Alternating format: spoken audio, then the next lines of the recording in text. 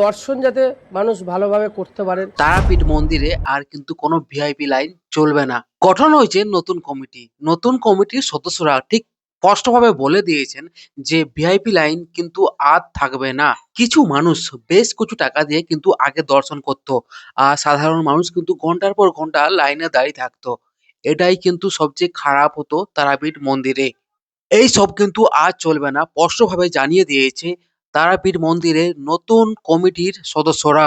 শুধুমাত্র দুটি লাইন থাকবে, একটা থাকবে সাধারণ মানুষের জন্য, আর একটা লাইন থাকবে সরকারি আধিকারিকদের জন্য।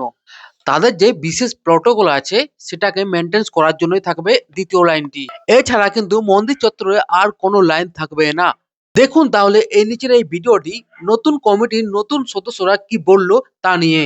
বর্তমানে সনাতনী সরকারও গঠন হয়েছে, যার মুখ্যমন্ত্রী মাননীয় শুভেন্দু অধিকারী। তিনি যে বার্তাটা দিয়েছেন যে সমস্ত মন্দির স্বচ্ছভাবে যাতে চলে, সেই কথা ভেবে এই নতুন কমিটি তৈরি করা হয়েছে। এবং তীর্থযাত্রীদের যেটা মেন, মায়ের কাছে যেটার জন্য আসেন, সেটা হচ্ছে একটু মায়ের মুখটা দেখার জন্য, দর্শন। সেই দর্শন যাতে মানুষ ভালোভাবে করতে পারেন, সেদিকটা অবশ্যই এই নতুন কমিটি সমস্ত সেবায়িতদেরকে নিয়ে আলোচনা করে নিয়ম কানুন তৈরি করবে।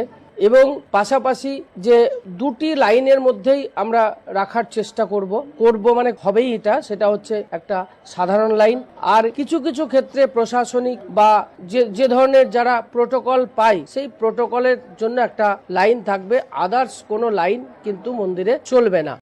এটা জানার পর কে কতটা খুশি হয়েছে আমি তা জানি না, কিন্তু আমি খুবই খুশি হয়েছি। জয় মা তারা।